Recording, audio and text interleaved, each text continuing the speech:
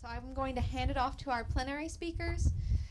They're going to offer some reflections on the day, and then we will have more of a roundtable, open discussion, Q&A, just talking about the themes that emerged over the course of the day. So I'll hand it off. Okay. I'm going to pass the mic to my friend to my right here. Switch mics. Okay, right. Okay, so I've got really two observational points that may be a little bit controversial, but together they link up about more than a handful of the talks that we've heard so far. So the first point starts out with some of the observations of the Internet Archive people when they were talking about the narration shouldn't be framed around the biophysical, but that there are other types of narration and we need alternative narratives. I would say that, I was very struck with the very first question of the day, which came from something that's totally outside my own narrative. So if you go back to Roy Scranton's talk and the first question was, I'm going to bastardize it because I didn't like it, but the first question was something on the order of, what are we going to do for new fuels? And in my alternate narrative of what's wrong is that we need so many fuels in the first place. And there's a whole set of things around that. If we look at climate change, where did we start on this cycle of climate change was the Industrial Revolution. And it's a culture of consumption. All of that, in my mind, has to change. And we've seen we've seen threads throughout the day about, not accepting the way things are, and we have to radically change. Open access, for example, that we really have to change the full agenda, and it's not enough to just accept this kind of basic narrative. So that's point one. Point two, my esteemed colleague John here, again, I'm going to be controversial, but and I agree with you more than I disagree with you in general. But both he and the speaker after him talked essentially about tricking the students. And, for me, well, I teach in New York. You don't want, you can't do that, first of all. But I think that there's a more important underlying piece to this, which is about being out front about things like ethics and being out front about how a career in career, I hate that word, a workspace in the area of librarianship, archiving, things like that, means a commitment to ethics. And I know with my students, I tell them, hey, if you're not into that, don't go in, don't waste your money on this program, which is very expensive at NYU. That is part of it, and that, for me, that has to be very out there and upfront. And beyond that, beyond the ethics, is also this kind of volunteerism, democracy, grassroots kind of thing, which leads me into some of the other talks. Just as an example, Fred's talk on disaster prevention. Well, yeah, it's fine to have the library be the point place for FEMA, but what I really want is for the librarians and people that they come into contact with to build a grassroots movement that does things that FEMA doesn't do. You know, and so we had here in New York City with Sandy, we had Occupy Sandy, which went into the Rockaways and other neighborhoods where, you know, FEMA was helpless and not doing anything. And this is direct people to people. My students who had done really extensive, we did extensive courseworks in disaster preparation. They turned that into their own grassroots efforts in disaster recovery, and you know, brought out 20 people for a whole week working on disaster recovery for arts organizations in Chelsea. You know, so that kind of grassroots thing, you know, to me that kind of links up with my first point, which, you know, about the different narrative. The different narrative is not a top down, it's a bottom up, it's a, you know, a grassroots kind of involvement with these things. So I'll shut up. So can y'all hear me? Is this on? Cool. So since I have not yet been at the mic, my name is Zahra Teensy. I'm an archivist from Cincinnati, Ohio, and I will be talking to y'all more tomorrow about some more mapping stuff. It's gonna be intense, so I hope you get a good night's sleep tonight. So I'm just gonna hold myself to like lightning talk timeline here, because I've kind of, even though I'm a digital archivist, I've switched back to capturing my thoughts on paper. I find it makes me more coherent when my brain is buzzing around quite a bit. And there's two things I want to talk about. So how many of you here are familiar with some of the work of environmental historians? Anyone read anything by Bill Cronin or Carolyn Merchant? Okay. Bill Cronin and Carolyn Merchant are some of the just foundational writers for environmental history. And I've been on the road for almost the last 6 weeks, starting with the Environmental History Conference that happened this year in Chicago. And I'm going to try to bring this full circle, but what was interesting about the Environmental History Conference in Chicago is, first of all, y'all should go there. They need more librarians and archivists there, and they love librarians and archivists. There is a lot about hope there. There's all sorts of sessions about teaching hope in the classroom. And this is because one of the things that environmental historians are really reacting against is what they call the declensionist narrative, right? The short version of the declensionist narrative is we fucked it all up and now we're fucked. Right? Okay, so that's the declensionist narrative. We once had a good earth, we fucked it all up, and now we're fucked. And I personally, so I was an activist a long time before I was an archivist. You know, I was like protesting the Iraq War before I could vote. So I've been an activist a long time before I became an archivist, and unfortunately I've had to relearn a lot of my activist lessons in the last 6 months, things that I thought I didn't have to deal with anymore. So I really reject the narrative of we're fucked. I cannot more strongly reject it. And that's not because we aren't fucked on some levels, right? There is a certain level of fucked upness that is baked into our system, and God, I hope my tenure committee is not watching this live stream right now.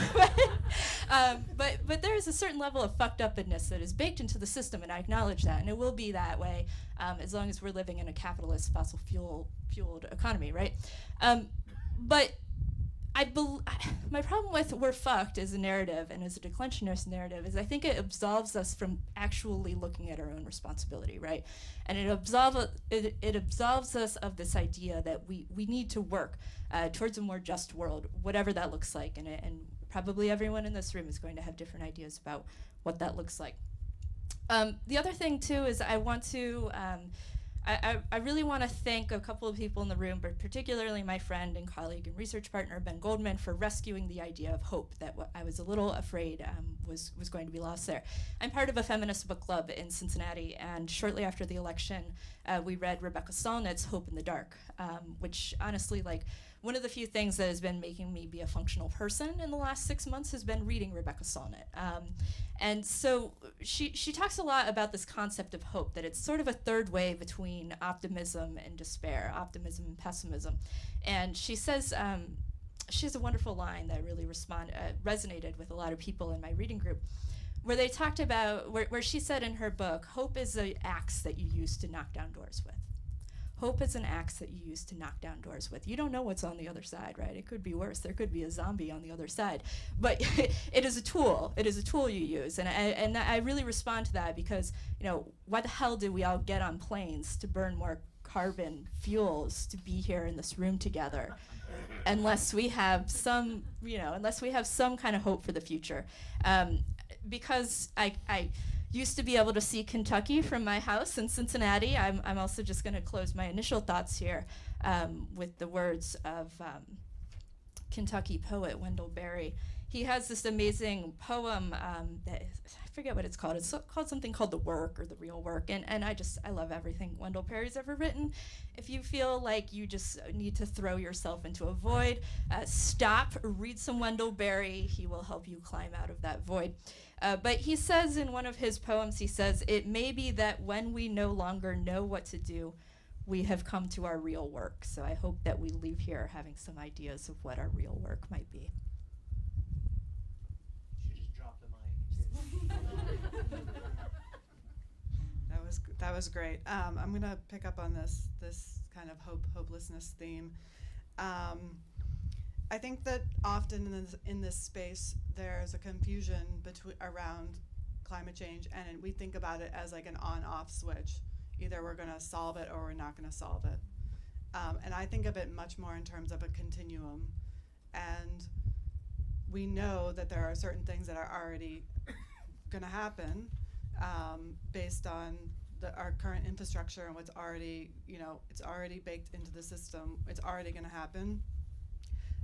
The question about acting and having hope and having a much more positive vision kind of moving forward is really the difference between like bad and really, really horrible.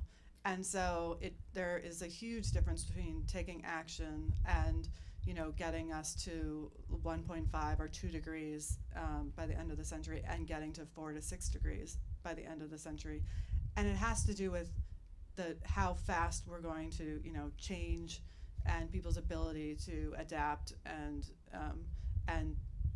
anyway, I think that we need to think about it more in terms of like this continuum and align like the action along with where we want to land.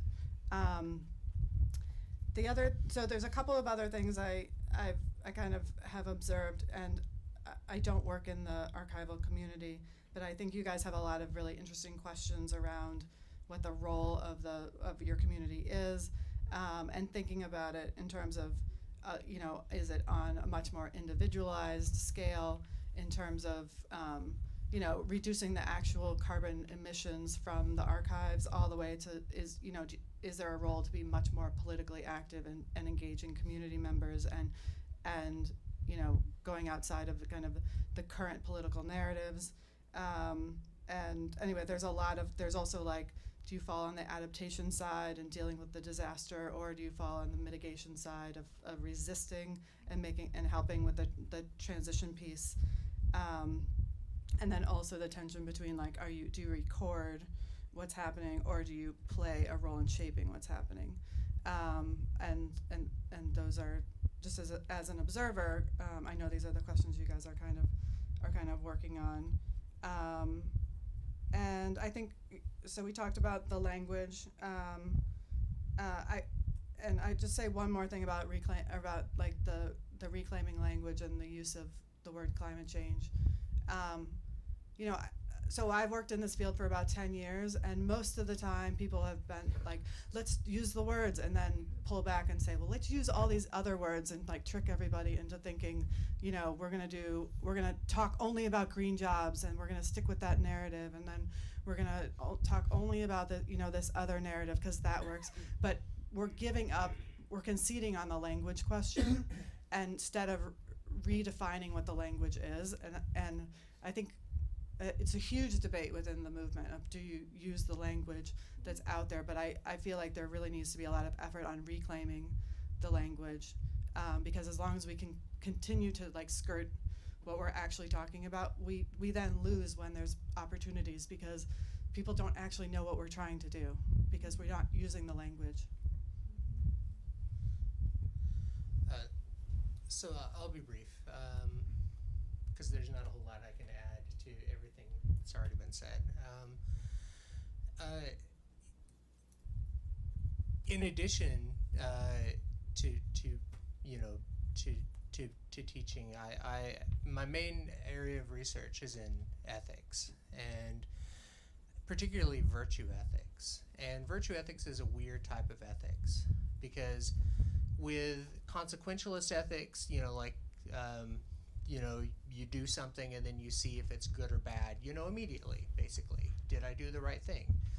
With Kantian or deontological ethics, there's a law, there's a rule, there's a contract, there's a code, there's something that you're either adhering to or you're not adhering to. And so you know immediately that you've done the right thing or you've done the wrong thing and you should feel bad. With virtue ethics, you don't know if you've lived a virtuous life until you're dead, until that moment of death. You have no way of knowing if you have flourished or if you have not flourished. So in any given moment, you can't tell, I'm a good person, I'm a bad person. And so what you try to do is develop habits, habits of good character. So the virtues are really only those things that you feel will get you closer to the sense of who you're supposed to be, what you're supposed to do. But you never can know if you make it or not. And so projecting this onto sustainability and climate change, what I would think is we'll never know, I really hope we'll never know if we've successfully destroyed our planet or not. Those of us in this room, we won't know. But what we can do is we can sit down and decide, these are the virtues, these are the things that I find meaningful, these are the things that I believe will get me closer towards the outcome that I feel is leading to flourishing, is leading to the best possible outcome. And ultimately, from a virtue ethics standpoint, it doesn't matter if you get there or not, as long as you know that you've done everything every step of the way to move closer to that idea that there is no good or bad action in virtue ethics. The closest thing to a transgression you can get is something called akrasia, a vicious behavior, which means that you've been incontinent. Effectively you've wet the bed. So there is no evil. There's only not controlling yourself and living with the consequences of not controlling yourself. So that's my profound addition is let's stop peeing ourselves if we can help it. And it may be enough, it may not be enough, but at least you're not going to smell like pee until the world ends. So that's all I got. Anyone want to react to anything any of the other panelists said? I think we should We hear can open from it up? everyone else. Take one of Would you your like mics. to take that, You please? have another mic? Yes, we have one. It's off.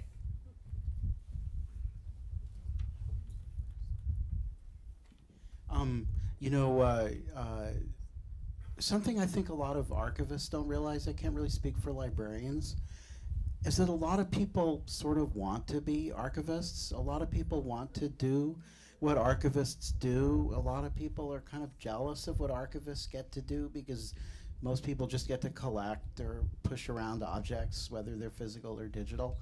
And coupled with that, the sort of self-esteem, the social self-esteem of archivists as social actors is low. And I think maybe if we realized how much people really thought of us and thought about what we do and kind of wanted to be who we do, we might be a little more confident about being social actors. And a plug for a letter, an email that Mr. Denton, I forget your first name. Bill, he's just reading Kim Stanley Robinson. KSR is really good on trying to distinguish hope from despair. His new book about New York being inundated has been panned by the New York press. I think New York doesn't like that book, but and I haven't read it, but his books are excellent about dealing with the politics of climate change, the politics of disaster, questions of centralization, decentralization. Really, really good read. They're thoughtful, great books, and they've really helped me think some of the stuff through. Okay, no more. So a quick addendum to Rick's first point about the general public really liking archiving. We're actually, if you look around the hall, we're teaching a class this summer for the general public on do-it-yourself archiving, which is, in a sense saying that we do know something. We're not, really superior to the individuals out there collecting, but they're tips that we can make, and we, there is some pride in being able to share that. So. Come on, Rick, of course I have to respond to that, right? I feel like you set up that question for me to respond to. So there's, some of you who are archivists in the room may know that in the 1980s, the Society of American Archivists commissioned a report called the Levy Report. And it was basically a way to look at, why do archivists do some of the most important jobs in the world, like, making sure that people can go to Washington, D.C. and see the Constitution, and we don't have the resources to do our jobs, right? And so there's a very famous line from the Levy Report that says archivists, I hope I get this right, I think it's, archivists have the impotence of virtue. And I read that line when I was in library school, and I think about it on an almost weekly basis. So bottom line is the public values, and David Gracie, who was a Texas archivist, has also said that the public values archives, they do not value archivists. Any other comments or questions? Oh, come on.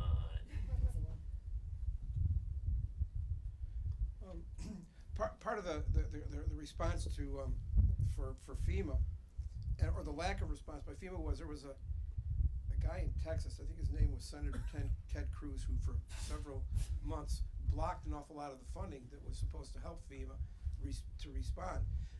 And one of the slides that I showed on the disaster preparedness, one of the abstracts of the literature, that what the libraries were saying was that a lot of people found that they were able to get services at the library that they weren't able to get from other government agencies.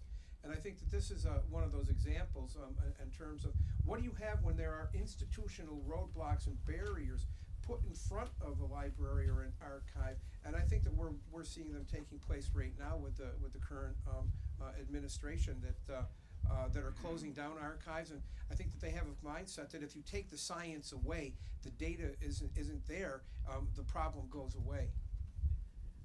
And sure, and of course there are important roles like that. I mean, our crew has worked in Katrina, post Sandy, and we have worked with government agencies. But the point I was trying to make is about empowerment.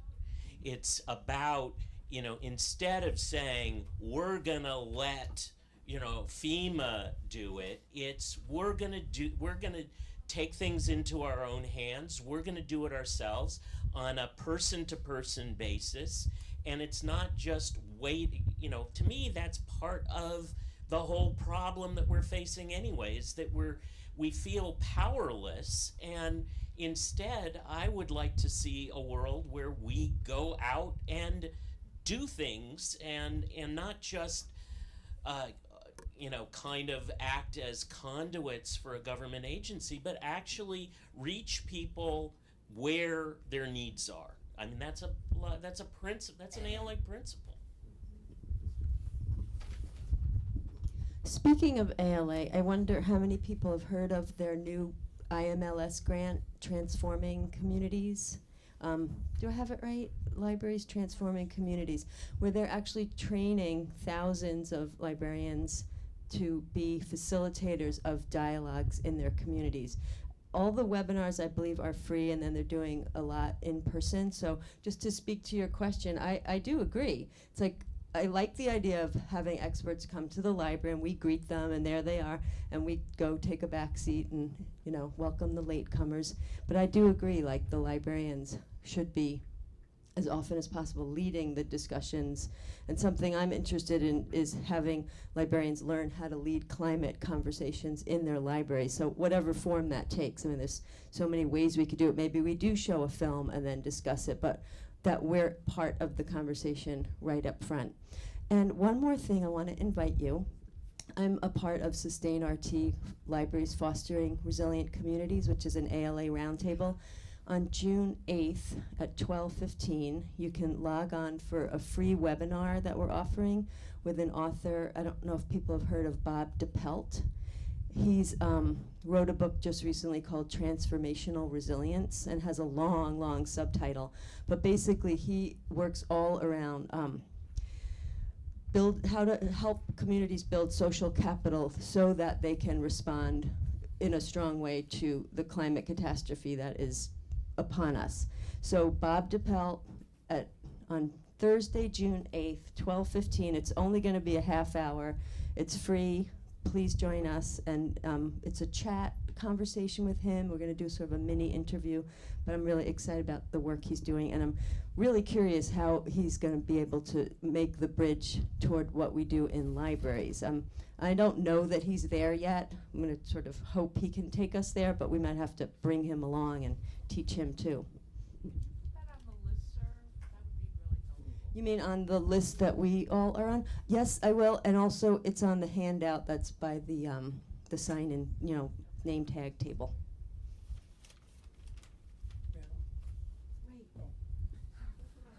Anybody else mix it up?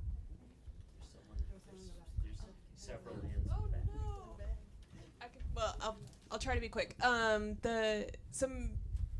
think it was Rick said that a lot of people want to be archivists, but I think a lot of people also really want to be like environmentally engaged activists in their professional life. A lot of people look at me like, you can get away with that at work? And I think that in a lot of library contexts in this kind of professional development, we do have opportunities that a lot of folks, like I have a really good friend who is a plant line engineer at GM, and she is like, oh, I wonder if I could do, GM has their own like corporate sustainability thing, but I think just talking with our networks outside of work, outside of the professional realm about how people can, like just little things that you can do to organize around sustainability and anti-climate change issues, just to make it seem like a thing that a person could do, that anybody could do in their workplace. Yeah, hi. So coming back around to the hope theme, I'm just wondering if anyone here sees or feels any hope in abandoning the infrastructure. I feel like the hope we're talking about in the context of like possibly being able to keep going like this, but what about the possibility of not going like this, of total decentralization, tribal, yes, a lot of people dying, no, people not living to 70 anymore, a high infant mortality rates, disease, yes, all that, but a completely different way of living, which is not this, what we have now.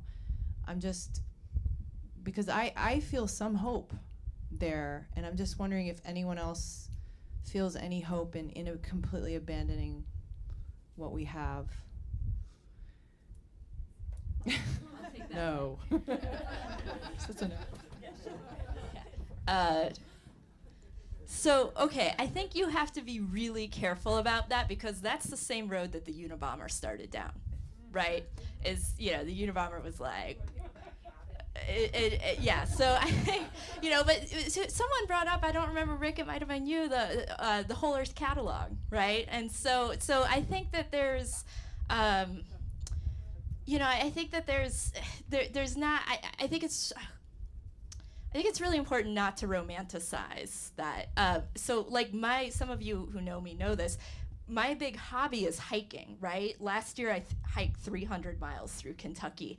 And so I do not romanticize. Like, I kind of do, because I spend discretionary income and time on like going out and sleeping in the woods, but like, I don't want to live that lifestyle. Like, and so I think we have to be really, really careful, because it always ends up sounding like a new age version of the white person's burden, right?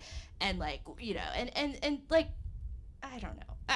I just have really strong reactions to this, because like, who's giving up what, right? That's what this comes down to. Is it like wealthy like Americans giving up things? How do we distribute the workload? And you know, there's that old phrase that like, anarchists don't always have all the answers, but they ask the best questions. And I think that's sort of where I think that conversation needs to go, is asking those questions rather than proposing answers to Yeah, I'm questions not an that haven't been anarchist, asked. by the way. Just make things clear. Can yeah, I go follow ahead. up on this? Well, I was roommates with the guy who's the philosopher that the Unabomber got his ideas from. Yes. I was roommates with John. Yeah. Okay. So, and of course, I've had many arguments with him over the years, and I don't see eye to eye. But I don't think that I don't think that that's the worst scenario in the world. But what I would like to say in response to your question is that no matter what, I would rather live in a society where neighbors know each other, and they support each other, and they do things together. I would rather live in that kind of world than the world that I live in now. And I don't think that it means, a total destruction of the it doesn't have to mean an absolute total destruction of the entire infrastructure, but I wouldn't mind if a good part of it went away.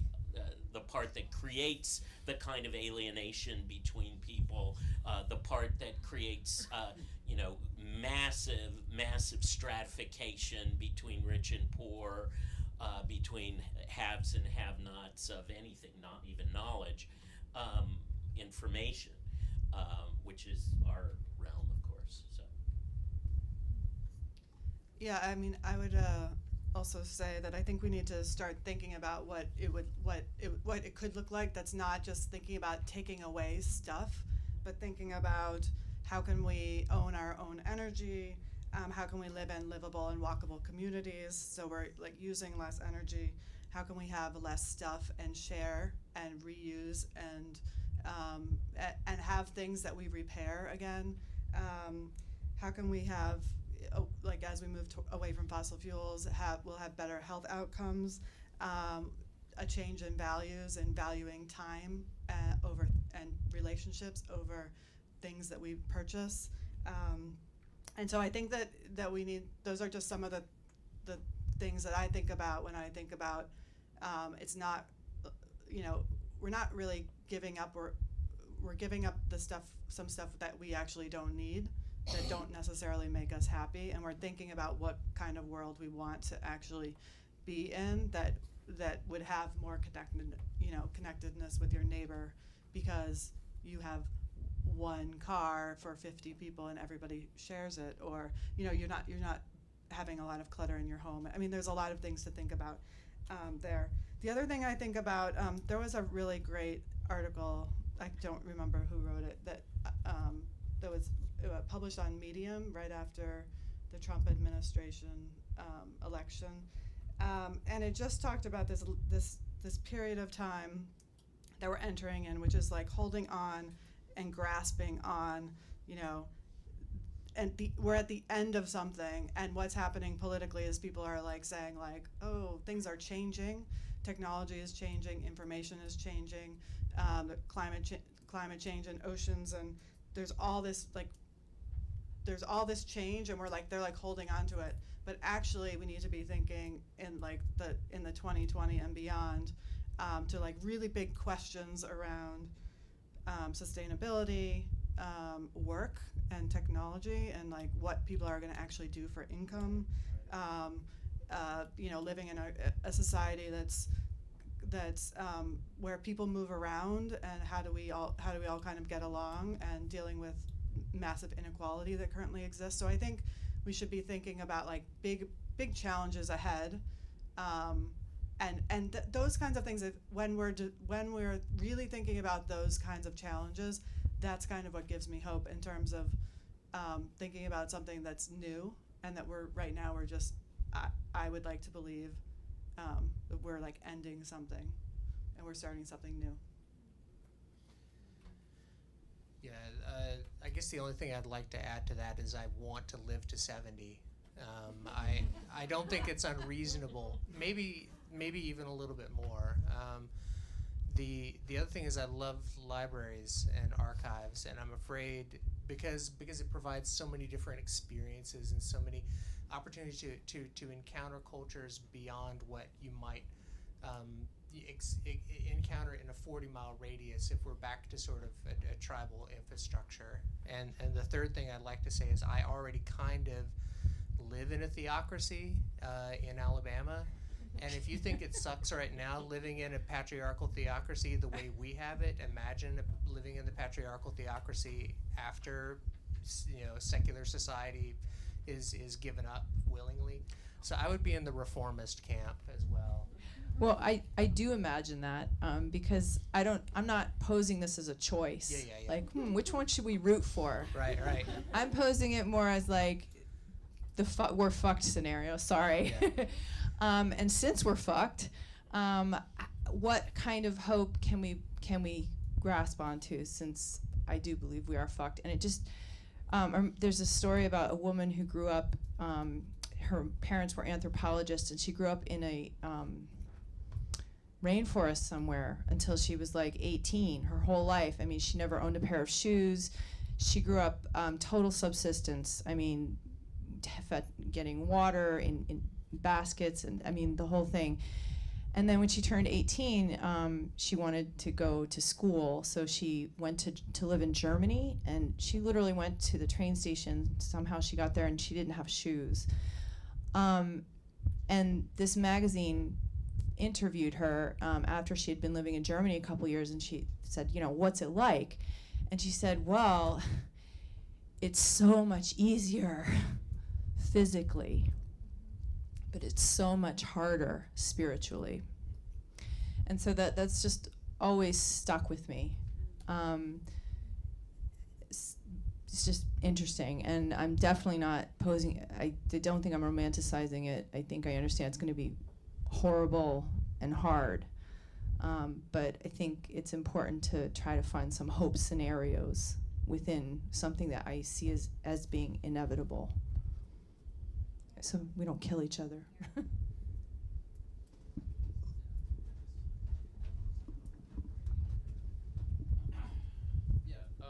This is not my words. I was listening to another guy talk from, I don't know if any of you ever heard of Dark Mountain. It's a publisher outfit in England, and they get into writing stories about, unfortunately, they're on the other side of hope, and they're kind of in the acceptance sort of realm, but they publish a journal out. It's actually hardcover, oddly enough, of just stories from some of them are American, English, whatever, writers about, the collapse and just fiction based in that.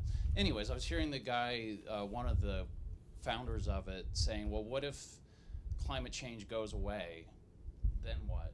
Like when you're talking about like rebranding climate change, we have a, we need a new face to disaster or whatever, but we still have all sorts of peaks. I could just go on forever. There's, peak oil, which has kind of lost a little bit of traction for obvious reasons because that's part of the problem, but peak water, peak phosphorus, peak food in general. Even when you get into renewables, there's issues about like just how much wind is there, like peak wind. Tomorrow I'm going to talk about Moore's Law, but that even Gordon Moore himself says basically it's peaked, we're done. Others say there's, we'll keep doing it, but once that ends, that changes the whole sort of conversation about technology, because we're totally reliant on, the miniaturizing of, microprocessors. That's where all the, nanomedicine, all that. So anyways, I always feel like if someone kind of is a climate denier or whatever, then you can just switch the conversation. There's like, 5 other things, acidification, it just doesn't end.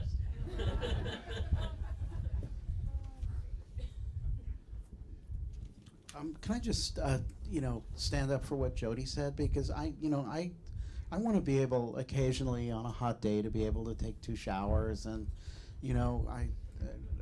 I want to be able to go out for a drive every so often, and aside from commuting. And I think what I'm hearing is, the way I'd like to interpret your intervention is that you said something, and maybe this is self-serving, but something a little bit like what I said, that the news might not be great, but you were intrigued by human adaptation. What was going to happen if humans really had to adapt to a very, very different situation? And so the last adaptation that many of us may remember, was on January 20th when Trump took office. And, my take on that was that a lot of people who had never imagined that they were going to lose privilege suddenly started to worry that they were going to have the same lack of privilege that a lot of other people had, and they kind of freaked, and it was a kick in the pants. And we haven't really learned how to adapt to that yet. Trump hasn't closed down Stumptown and Starbucks, so people aren't in the streets. But as they, by the trillions. But I just think this adaptation thing is very interesting. And if we're going to start to do scenarios, they have to be incremental, but they also have to be more than incremental at the same time, without the defeatism of declensionism, as you talked so well about. So that's what I was hearing, and that's why I defend what you said, even though my tent is isn't as good as.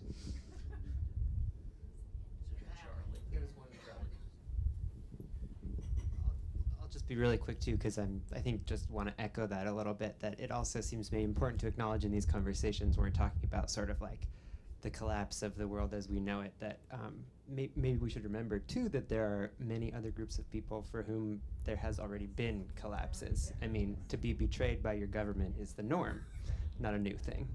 And that's part of these paths forward, I think, is being aware of those ecosystems, if you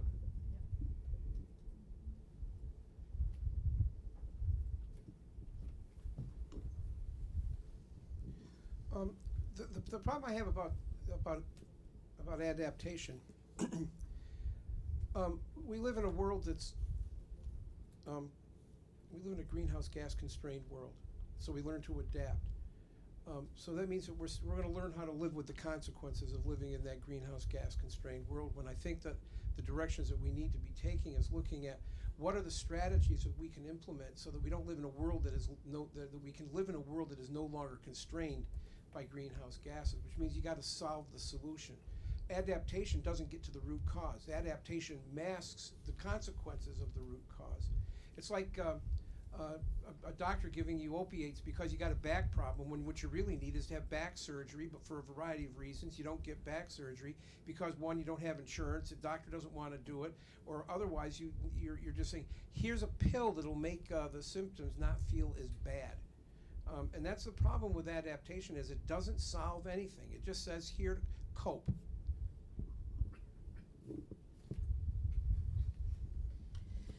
Well, again, going back to alternative narratives, I would say that the root cause is even deeper.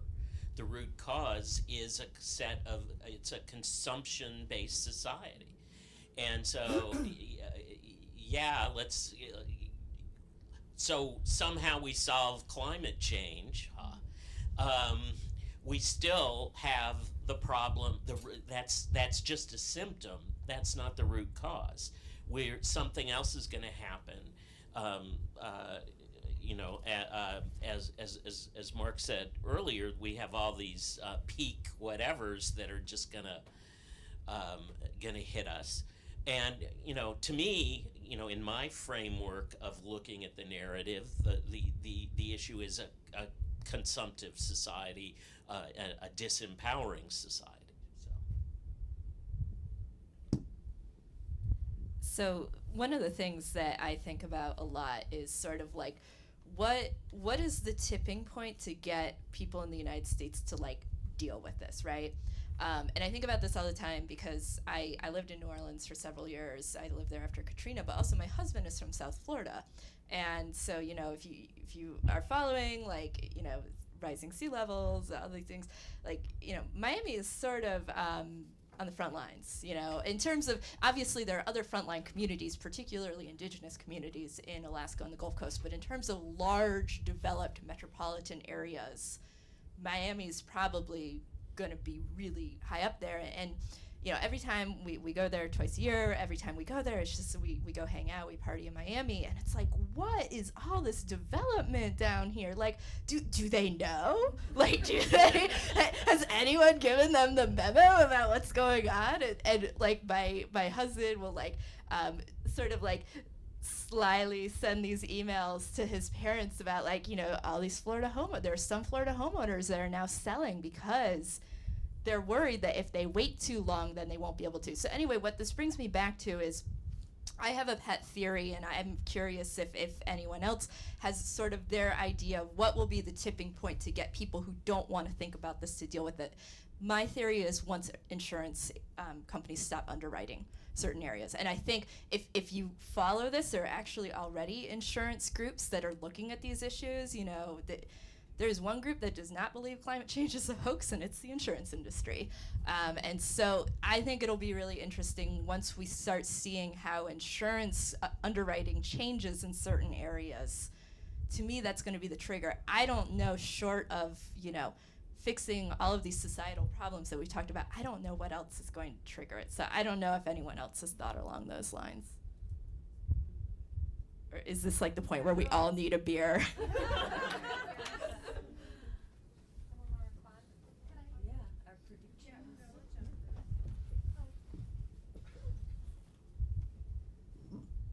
So my answer to that, one of the things that I think is the biggest force is what Rory was talking about this morning in terms of who holds the power. And even in that scenario, even if Miami, as these cities confront such financial loss, cultural heritage loss, etc., as long as the industry and power base remains standing, I'm skeptical that that's the tipping point, unfortunately.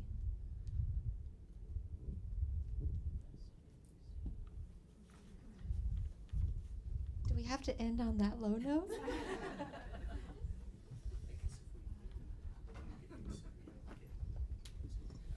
I don't know if I have a higher note, but I just think, I don't know, I think one of the problems with making people sort of feel like they can respond is in part the, we're all fucked narrative, which is I think prevalent. And I think that that's maybe some of the, I've been really kind of trying to wrap my head around the language problems associated with all of this.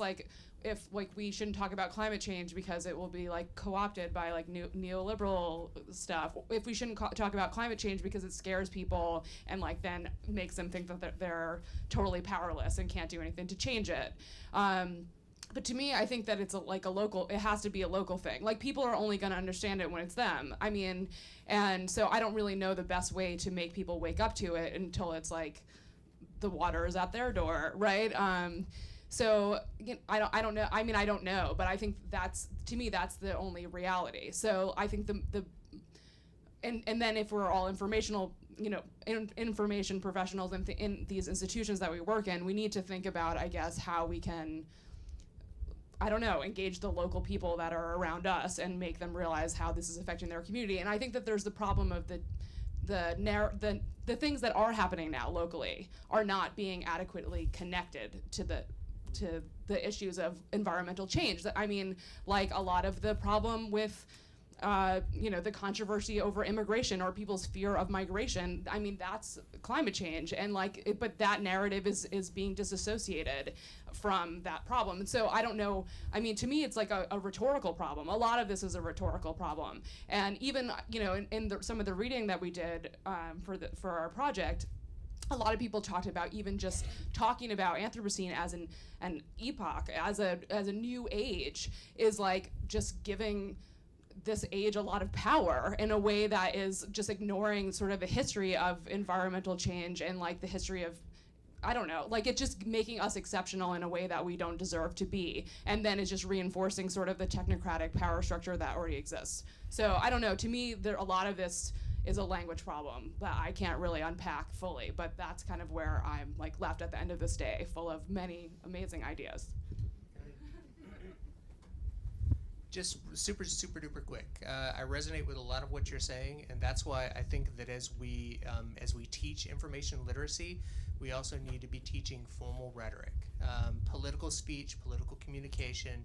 I think that there are thousands of years of communication technology designed to help persuade, listen, and unite that we don't have access to because we're information professionals instead of rhetoricians. So I would strongly advocate including that in our official toolkit. So. Hey everyone. I don't really know that I have a very smart comment to offer, but hearing the conversation, I just thought I'd tell you something my boss told me when I told her very early on what I was working on for this talk. She was actually kind of horrified, and she basically dismissed it entirely and said, I mean, why would I want to live in a world where gas masks are more useful and needed than Shakespeare? So one of the things that I thought about a lot with my talk today, even though it didn't really come through, is I think it's really useful for us when we think about preserving knowledge or preserving culture or whatever, just like document evidence of joy and celebration. Like that's to me a hopeful act. I don't know if it does any good, but like that could actually make you feel good doing it. I don't know. Like there's all sorts of, I guess, things in there that I would think about. Yay, a happy ending. That was oh God, no, what are you doing? That was our happy ending. I won't take you too far back down. But just back to the rhetoric piece, I'll point again to this book, Great Tide Rising. She's opposed to the use of the word Anthropocene. And I'll just read you one line, just if you want to refer back to it. She says, no, not the Anthropocene. That name completely muddles the message. We don't name new eras after the destructive force that ended the era that came before. So just food for thought. I love this book. And I just want to say as my kind of wrap-up statement that I'm so grateful to be in this space with you all. Usually when I talk about climate change, for 8 hours straight, which I've never actually done, I would walk away feeling like completely flattened, and I don't today. I feel like we really challenged ourselves and just took this predicament and just worried it like a dog worries a bone, and I feel really liberated. And lots of other things too. But thank you so much, and I'm really looking forward to having another chance at it tomorrow. And Rory, you wanted to say something? Because we haven't heard from you today. Rory! I just wanted to add to what Nora was talking about in terms of the problems with the Anthropocene. One of the presenters who couldn't come because of this is no good because I can't remember the spelling of his name, but I think he shared his paper with Sam Papowitz. Yeah, he argues, his paper argued that it should be called the Capitalistocene, which a lot of people are saying, but he really wanted us to hear that. So, yeah, anyway, that's all. Or maybe